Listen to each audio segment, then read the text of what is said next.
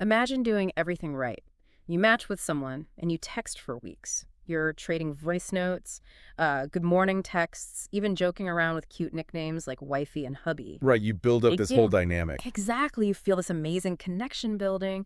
But then the second you meet in person, she looks at you like a total stranger. Yeah. The energy is completely dead. You get ghosted. What if the reason she lost interest had absolutely nothing to do with your looks and, well, everything to do with a massive psychological mistake most men make without even realizing it? It is, honestly, one of the most common, yet completely misunderstood tragedies we see in modern dating behavior today. Hmm. A man does everything he's been told is the polite, respectful, interested way to court someone in the digital age. And it just blows up in his face. It really does. And the most damaging part is that the guy's sitting there, staring at his phone, analyzing his own reflection in the black screen. He assumes the failure is a reflection of his own inherent value. Oh, 100%. He assumes he wasn't tall enough, wasn't rich enough, or just wasn't charismatic enough over that cup of coffee. I see guys dissecting every single word they said on a date, agonizing over a joke that didn't land. But the reality we are seeing across the board is that the game was lost weeks before they ever sat down at that table. Weeks before. Right. And that is exactly what our mission is for this deep dive. We are going to decode the unspoken power shift happening in relationships right now. We need to examine the behavioral economics of modern dating, analyze why the tools supposedly meant to help us connect are actually engineered to keep us isolated, and, map out exactly how men who understand these underlying mechanics are completely flipping the script. The overarching theme here is that the landscape of modern courtship is operating under a completely new set of rules driven by algorithmic consumerism. But most people are still trying to play by the rules of 1995. Yeah, the analog rules. Exactly. When you approach a system built on behavioral manipulation Mhm. with the expectation of a genuine human connection, you are walking into a casino thinking it's a public utility. Let's start right there with that casino analogy, because I think a lot of guys still genuinely believe that these dating platforms are just like digital town squares. You do? They think it's a neutral environment where all the single people in their city gather, and if you just show up and act decently, you'll eventually find a partner. Framing dating apps as a public utility is the greatest marketing trick of the 21st century. We have to look at the fundamental conflict of interest inherent in their business model.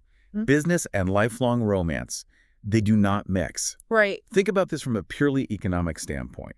If an app successfully finds you a highly compatible lifelong partner on day one, they permanently lose a customer. Wow. Yeah. What is the financial incentive for an algorithm to actually match you with your perfect counterpart quickly? There isn't one. I hear your point about the algorithm, and I know it's a business, but I mean, millions of people do meet and get married on apps like Hinge or Bumble every year. You can't say it's completely a scam. Where is the line between a rigged game and just a highly competitive one? It's not that it's impossible to find a partner. It's that the architecture of the system is designed to maximize friction before that happens. We need to look at the neuroscience of how these interfaces are actually designed. Okay. They operate on what B.F. Skinner called a variable ratio reinforcement schedule. A variable ratio reinforcement schedule. Right. It is the exact same psychological mechanism used in slot machines. When you swipe, you don't get a reward every time. You get a match at unpredictable intervals. Which keeps you pulling the lever. Exactly. This spikes dopamine in the brain, creating a behavioral loop. The underlying psychological hook isn't, I will find my wife today. It is, the next swipe might be better. It feeds directly on human loneliness by offering a mirage of infinite choice, keeping you engaged just enough to not delete the app, but frustrated enough to eventually hit a paywall. And when guys hit that frustration point, they assume paying for premium is the magic bullet. They think buying the super likes or boosting their profile will suddenly put them in front of the right people. But the experiments we've seen run on this completely shatter that illusion. Let's look at the data on algorithmic throttling, because this is where the mechanics become undeniable. There are numerous documented experiments where researchers or behavioral analysts take a single standardized male dating profile and create it 4 separate times. Same guy, same picture, same bio. Exactly. No variables changed except the timing of the account creation on the same IP address or device. So it's a pure test of the algorithm's back-end behavior, not the guy's actual attractiveness. What actually happens to that profile over the 4 attempts? The first time the account is created, The profile performs exactly as you would expect a new user to perform. Yeah. It pops off within 4 hours. Okay, so he's getting seen. Right. The user receives matches, likes, and a steady stream of push notifications. It is the introductory high. But if that user deletes the app and restarts the exact same profile a few weeks later, it takes about 10 hours to reach that same level of baseline traction. 10 hours instead of 4. Yes. The third time, it takes 24 hours. Mm-hmm. By the fourth time the identical profiles reset, it takes 3 full days for things to start moving, and the visibility is drastically suppressed. That's crazy. And the matches that do come through are entirely randomized, often falling far outside the user's previously established preference parameters. So the algorithm flags the behavior. It recognizes the device or the data footprint and artificially throttles the visibility to force the user into a state of extreme scarcity. Precisely. It has absolutely nothing to do with the quality of the man's bio, his physical symmetry, or his conversational skills. The code is manipulating his digital footprint to maximize his time on the platform and pressure a microtransaction. Let me play devil's advocate again, though. A very common piece of advice guys give each other is that it is just a numbers game. Right. You hear that a lot. Yeah, they say you just have to cast a massive net, swipe on everyone, automate the process, filter them out later, and eventually, through sheer brute force and going on enough dates, you'll find someone. Isn't there mathematical truth to the brute force method? Mathematically, yes. Yes. Biologically and psychologically, it is disastrous. Why? Treating human connection like a pure numbers game requires you to operate like a machine with unlimited emotional bandwidth. We are not wired for that. If a man is going on 3 or 4 low-quality dates a week with people he hasn't properly evaluated in the real world, he is going to experience severe cognitive and emotional burnout. Because you're having the same superficial, repetitive introductory conversation over and over again. You're explaining where you grew up, what you do for a living, and what your favorite movies are, only to realize 12 minutes into the coffee date that there is absolutely zero chemistry. And that realization carries a heavy psychological cost. Every time you sit across from a person and feel that distinct lack of connection, it reinforces a sense of alienation. It's like you're failing over and over. Exactly. Ironically, going on constant low-quality dates actually spikes cortisol and makes you feel significantly more isolated and lonely than if you had just stayed home and read a book. You feel surrounded by people, but completely unseen. Which brings us back to the emotional setup I mentioned at the very beginning. If the apps are designed to keep us swiping and treating it like a numbers game burns us out, what happens when we try to manufacture a jizz connection before we even meet? The wifey and hubby trap. Sociologists often refer to this as the illusion of digital intimacy, and it is arguably the most dangerous psychological trap of the current dating era. Online dating requires absolutely zero biological investment to signal availability. You don't have to get dressed. You don't have to risk public rejection. You don't have to read body language. You just exist as a digital catalog entry. Because the barrier to entry is so low, people attempt to fast-track the emotional milestones of a relationship with literal strangers to compensate. Let's break down the mechanics of how that progression actually happens, because I see guys fall into this specific pattern constantly. You get the match, you start texting, the banter is witty and fast-paced. Yep. You quickly move the conversation off the app and onto iMessage or WhatsApp. Then you start incorporating voice notes. Suddenly, it's the good morning, beautiful text and the good night, sweetheart routine. What is actually happening in the brain during this phase is the establishment of a dopamine dependency based on external validation. Every time the phone buzzes, there is a microspike in neurotransmitters. Over the course of 3 or 4 weeks of heavy texting, the brain begins to construct a massive, intricate narrative about who this person on the other end of the phone is. You're just filling in the blanks. Yes. You start using nicknames like wifey and hubby, and you create inside jokes. You essentially trick your nervous system into believing you are already deeply embedded in a relationship. But you are not in a relationship with a human being. You're in a relationship with a digital avatar that you have co-authored in your own mind. You have granted someone fast-tracked access to your time, your emotional bandwidth, and your daily routine without them ever having to earn it through shared physical reality. But wait, isn't texting heavily for a few weeks a smart way to vet someone? How so?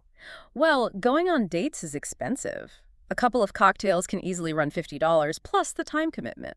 Doesn't it make logical sense to talk extensively to make sure you actually have core values in common before you spend the money and the Friday night? It sounds incredibly logical on the surface, but it fundamentally misunderstands how human attraction works. You're confusing vetting with projecting. Projecting. Yes. You cannot vet a person's character, their nervous system regulation, or their physical chemistry through a screen.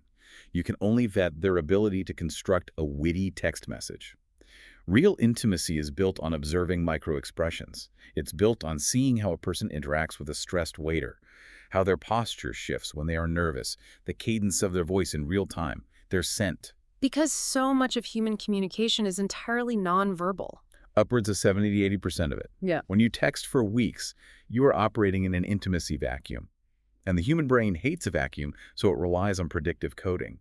Because you are visually attracted to their curated photos, your brain fills in all those nonverbal blanks with your own idealized assumptions. You project your deepest desires for a partner onto this blank slate. Exactly. So when you finally sit down across from them in the real world, the shock to the system isn't that they are a bad person. The shock is that reality cannot possibly compete with the digital fantasy you've spent a month building. It is biologically impossible for them to live up to it. Yeah. You arrive expecting the witty, perfectly timed, deeply empathetic, idealized version of them. Instead, you are sitting across from a flawed, nervous, three-dimensional stranger who takes a few seconds too long to answer a question. The cognitive dissonance is palpable. And the energy just dies instantly. There's zero physical chemistry because you are trying to interact with a stranger whom you have falsely elevated to the status of a 6-month partner. And this has to hurt everyone involved, right? It's not just the guy who feels ghosted. The woman shows up to these dates completely disillusioned as well. Absolutely. It creates a massive behavioral disconnect. Because of the wifey texts, the man speaks to her with a level of familiarity that is entirely unearned in the physical world. He invades her personal space too quickly or speaks with a tone of assumed intimacy. And her body reacts to that. Her nervous system immediately recognizes that she does not actually know this man, and his overfamiliarity triggers a biological repulsion. He feels lied to because the chemistry vanished, and she feels creeped out. If a man wants to save money and vet properly, he should take her for a walk or grab a simple cup of coffee within 48 hours of matching. The longer you delay the physical meeting, the higher the pedestal becomes, and the harder the inevitable fall. The crash of that manufactured convenience into reality is where we really see the mechanics of the current dating market exposed. If the old rules of engagement are broken, we need to look at how men are adapting. Which brings us to the massive gap between delusion and a self-awareness that dictates who is actually succeeding right now. This is the core of the unspoken power shift. To understand it, we have to look at the dating landscape through the lens of behavioral economics.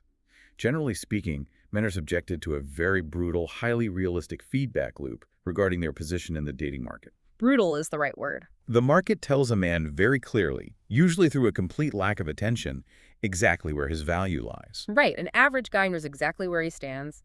He knows he can't demand the attention of a top-tier supermodel if he is working a minimum wage job, lacks social grace, and hasn't seen the inside of a gym in 5 years. The silence of his phone forces him to be logical. He knows he has to build his value. But the digital environment severely distorts this feedback loop for women. A relatively average woman on a dating app can receive hundreds of matches and messages a day. From a biological and psychological standpoint, her brain interprets this massive influx of attention as an accurate reflection of her baseline mate value. It creates artificial inflation. Exactly. She begins to believe she has unlimited, permanent access to the top tier of men. And we should clarify what we mean when we say top tier in a sociological sense so it doesn't just sound like internet jargon. We're talking about men who possess a high aggregate of markers for survival and reproduction, financial stability, physical fitness, social charisma, and emotional resilience. Yes. So you have a situation driven by artificial digital inflation, where average women absolutely refuse to entertain average men. They hold out for the top-tier options. Right. But the behavioral paradox is that when they finally do secure a date with that highly ambitious, successful, self-assured man, they often don't know how to navigate the interaction. I see this constantly. They claim they want an absolute alpha go-getter, a guy who takes charge and leads, but when he actually shows up operating at that high frequency, they get uncomfortable. They want him to tone it down. Because true high-value competence is inherently intimidating if you haven't done the internal work to match it. Yeah. They want the prize of a top-tier man, but they want him to behave with the deference of a fan. Wow, yeah. They want the benefits of being on his level without having put in the same effort to build themselves. And a man who is truly self-assured and ambitious does not tone down his reality to accommodate someone else's insecurity. He operates at his baseline. which triggers what we can call the flight response. The moment a highly confident man gives a woman an ounce of pushback, the moment he challenges her worldview, sets a firm boundary, or fails to immediately validate a complaint, she runs away. She shies away from the interaction because she realizes that maintaining the attention of a man operating at that level requires her to actively compete. And the digital inflation has taught her she shouldn't have to compete.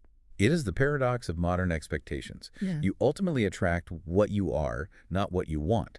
If you want a partner who operates at a high level of discipline and competence, you must bring a reciprocal level of substance to the table. But the current cultural narrative often reinforces the idea that simply showing up is sufficient. So when a man requires more, when he expects genuine effort, a pleasant disposition, and reciprocity, it is viewed as a threat to that inflated self-perception.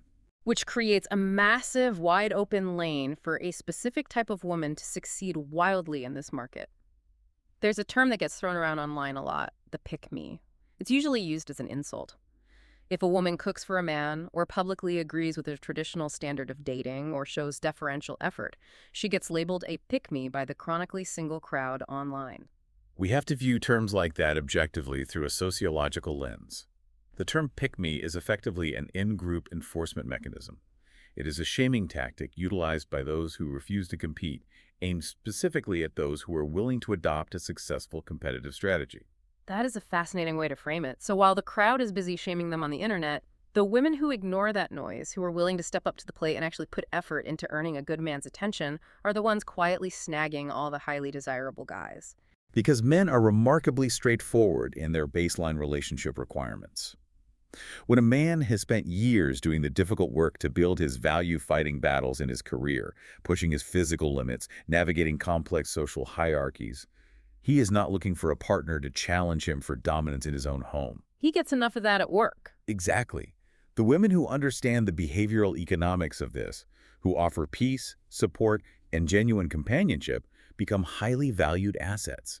The ones who treat dating like an adversarial battlefield find themselves wondering where all the good men went, not realizing they priced themselves out of the market. This lack of genuine competition from one side of the market is exactly why men who focus on their own physical and mental baselines are suddenly holding all the leverage, which leads us to the mechanics of how a man actually builds that unshakable value.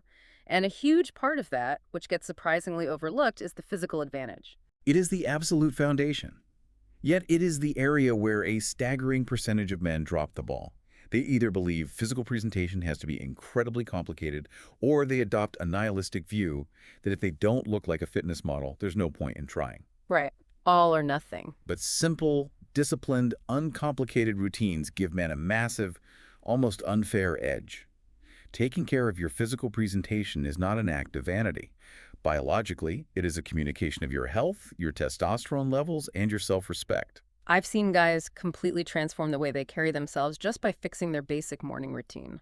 Let's get into the weeds on exactly what sets these guys apart physically, because it's so attainable. We are talking about highly specific yet simple daily interventions. For example, using a dedicated face wash, not the 14-in-1 body wash that guys use on their hair and their car tires, an actual cleanser. Then, incorporating an exfoliating scrub a couple of times a week. Let's look at the biology of why an exfoliating scrub works, because it's not just about feeling clean. As we age, or when we are stressed, cellular turnover slows down. Dead skin cells, the stratum corneum, build up, causing a dull, grayish appearance. Exfoliating physically removes that layer, revealing the newer skin underneath. So it's literal science. It is. To the human eye, which is evolutionarily hardwired to detect microscopic signs of health and youth in milliseconds, this mimics the high cellular turnover of extreme youth and robust immune health. That alone separates a man from 80% of his competition. That makes so much sense. It's not just looking good, it's biological signaling. Add an AM moisturizer with some SPF to protect that skin barrier during the day, and a PM moisturizer to repair it at night. And for the guys who really want to step it up, utilizing a clay mask to pull out impurities or a retinol stick under the eyes to kill the dark circles, it sounds like a spa day if you've never done it, but in reality, it takes maybe 3 minutes a morning. And the physical results are undeniable. It gets rid of that exhausted, highly stressed look so many men unconsciously walk around with. When you look vibrant and energized, people instinctively trust you more. They assume higher competence. People will literally stop and ask, "Why do you look so refreshed?" It acts as an immediate social magnet. But the physical changes are almost secondary to what happens internally. Taking care of your appearance is one crucial piece of the puzzle, but you also need a system for your social skills to match that physical confidence. You can look like $1,000,000 with glowing skin, but if you don't know how to approach someone or navigate the interaction, you're still going to stumble and fail. That's true. If guys are looking for a more structured roadmap for approaching and building attraction, that's actually something stealth attraction does really well. I like that it gives guys a step-by-step framework instead of leaving them to guess on these apps. Some men prefer learning through a structured program, and stealth attraction is one example that actually breaks down the mechanics of interaction. Having a structured behavioral approach is vastly superior to the chaotic, emotionally draining nature of simply hoping for the best. Just as the physical routine gives you a baseline of control over your biological signaling, a social framework gives you a baseline of control over your interactions. It removes the panic response. It eliminates the cognitive load of constantly thinking, what do I say next? Because when a man has his physical presentation dialed in and he understands the mechanics of social attraction through a structured framework, his internal confidence completely shifts. It shifts because he is no longer relying on the dating market to validate his existence. Yeah. When you wake up, execute a disciplined standard for yourself and validate yourself in the mirror through your own actions, you stop desperately seeking external validation from a random match on an algorithm. You've already won the morning. Exactly. You've already proven your value to yourself before you even left the bathroom. This changes your entire nervous system. You speak slower. You hold eye contact longer. Your voice resonates deeper because your cortisol levels are lower. He stops reacting to the dating market and starts moving through it with absolute purpose. And this internal grounding is driving the biggest power shift we've seen in decades. The dynamic has completely flipped. Men are up. Men are realizing their baseline worth. For a long time, the cultural narrative dictated that men had to jump through endless behavioral loops, accept poor or flaky behavior, and just be grateful for whatever scraps of attention they received. Right, just take what you can get. But the men who have done the work, the men who have built their physical discipline, optimized their financial stability, and developed their emotional intelligence, are looking at the current market and saying, wait a minute, I bring a tremendous amount of tangible value to the table. Why am I tolerating entitlement? They are holding their ground, setting boundaries, and most importantly, they are perfectly willing to walk away from manufactured difficulty. Let me share a story I heard recently because it perfectly encapsulates this exact shift in real time. Go for it. So, a guy I know is on a first date. He met her off an app. They had a quick phone call that went well, so they meet up for drinks. The vibe is perfectly fine at first, but suddenly, about 20 minutes in, the woman just decides to manufacture difficulty out of nowhere for absolutely no reason. A classic behavioral test. Yeah. In evolutionary psychology, this is often viewed as a mechanism to test a man's dominance, emotional regulation, and boundaries. Exactly. She leans back, crosses her arms defensively, and says, "We're not doing anything tonight." Just completely unprompted, bringing combative, adversarial energy into a perfectly normal interaction. And then, to escalate it, she casually name drops an ex-boyfriend who used to play in the NFL. She's clearly trying to flex, make the guy feel small, or force him into a competitive frame. She is attempting to establish frame dominance to see if his nervous system will spike. Will he scramble for her approval? Will he try to prove that his job is just as impressive as the NFL players? Will he get defensive and try to convince her that they should do something tonight? And 5 or 10 years ago, a vast majority of guys would have scrambled. Their ego would have taken a hit, they would have gotten defensive, argued with her, or tried way too hard to impress her for the rest of the night. But you know what this guy did? The absolute perfect response. He didn't blink. He just looked at her, calmly set his drink down, and said, "Okay, you can leave now." It is brilliant in its simplicity. It is the absolute destruction of her manufactured frame. Just blew it up. Let's analyze the mechanics of why that works so effectively. He didn't elevate his voice. He didn't engage with debate about the ex-boyfriend. He didn't try to defend his ego. By simply and calmly dismissing her, he communicated the ultimate high-value signal. His peace of mind is vastly more valuable than her physical presence. He showed her that he wasn't trying to be special to her. He didn't need to compete with the ghost of an NFL player to validate his own masculinity. But I have to ask, because it almost sounds too simple when you break it down like that. Are you saying guys just want peace? Is that really the ultimate currency? Because a lot of guys still think they need to provide a roller coaster of excitement to keep a woman interested. Excitement is for the courtship phase. But peace is the highest baseline currency for a leveled-up man. We have to look at the neurological and biological cost of stress. Think about what it takes for a man to build a highly successful life in the modern world. A lot of effort. He is fighting intense competitive battles in his career. He is pushing his physical limits in the gym. He's managing complex financial portfolios. He is dealing with the overarching stresses of society. His daily life is a series of high cortisol challenges. When that man looks for a partner, his biology is seeking a sanctuary from that chaos. A sanctuary, yeah. He wants a teammate who helps regulate his nervous system, who makes his life easier and more joyful. Yeah. He does not want a secondary source of stress. He will aggressively protect his peace. If a date brings unnecessary friction, she is immediately disqualified. It's a complete contrast to what is being demanded right now. While men are essentially saying, I require good company, reciprocity, and a peaceful interaction, a lot of women are approaching first dates like adversarial corporate job interviews. They sit down and immediately start probing for the 401k, the benefits package, the social status, the height requirement. They want to extract resource information before they've even offered a baseline level of pleasantness. They are operating under the outdated assumption that they hold all the leverage simply by existing. But men who have built themselves up realize that their lifestyle, their accumulated resources, and their emotional stability are the actual prize in the interaction.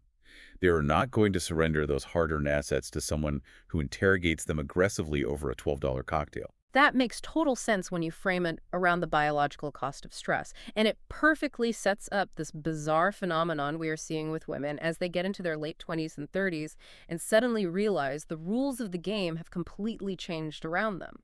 We can look at this through the McDonald's analogy and what sociologists sometimes call the post-wall epiphany.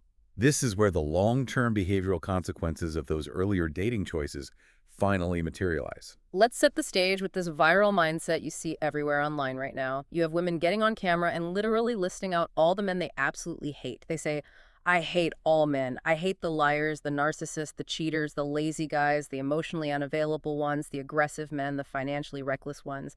They rattle off this massive, exhausting checklist of highly toxic traits. What she is actually doing, without realizing the psychological projection involved, is reciting her own dating history. She is not objectively describing the male population. She is describing the exact archetype of men she has repeatedly, voluntarily chosen to give her time, energy, and physical access to. Exactly. Which brings us to the McDonald's analogy. Think about eating fast food. I used to get it all the time when I was younger. It tastes incredible in the moment. It's highly addictive because of the salt and sugar, and it's easy. Right. But then you decide you want to get in shape. You start eating clean, hitting the gym, taking care of your body. Once your body reaches a baseline of health, if you try to go back and eat that same fast food, you feel violently ill. It makes you feel sluggish, tired, and heavy. Your body rejects it because your biological standard has changed. It is a perfect parallel, but we can take it a step deeper and look at the neurochemistry involved. For years, many women binge on the junk food of the dating world. The players, the bad boys, the highly charismatic but emotionally vacant men who run game on them. These interactions create massive spikes of dopamine and cortisol. It creates a trauma bond, which is functionally identical to a chemical addiction. Wow. They choose the thrill, the roller coaster of toxicity over stability, and they get burned repeatedly. Eventually, the emotional toll becomes too great. Their dopamine receptors downregulate. They get tired of feeling the psychological equivalent of sluggish and heavy. They hit a wall. And we should clarify what we mean by hitting the wall in an economic sense, because it's not just a crude internet insult. From an evolutionary psychology and behavioral economics standpoint, the wall is simply the intersection of two opposing curves on a graph. It is the point where the supply of a woman's peak youth, fertility signaling, and general agreeableness intersects with her exponentially increasing demand for resource extraction and stability. Right. They decide they finally want the healthy option. They are tired of the chemical spikes and the games. They want stability. They want a guy who is going to be a reliable partner and a good father. So what do? They try to reach back into the past. They look back at the guys they previously overlooked or deemed invisible. The boring guys, the nice guys, the guys they friend-zoned or swiped left on 5 years ago because those men didn't spike their cortisol enough to be deemed exciting. They attempt to cash in their chips for a safe bet, hoping to undergo a chemical detox with a stable man. But here's the ultimate plot twist that their artificial market inflation prevented them from seeing.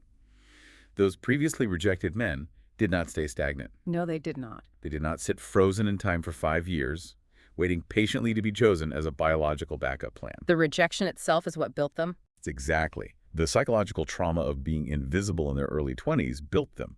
They took that rejection, they harnessed that frustration, they put their heads down, and they went to work. They got in the gym and built their physical signaling. They built their careers and financial stability. They dialed in their skincare routines.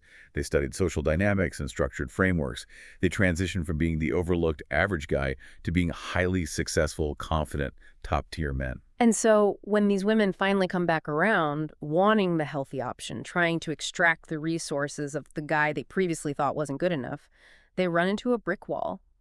The men look at them and respond, I know exactly what my market value is. I know what I make. I know the discipline I've built and the peace I've created in my life. What tangible value do you bring to my table? And the tragic reality for those women is that often they have nothing left to offer a man of that caliber.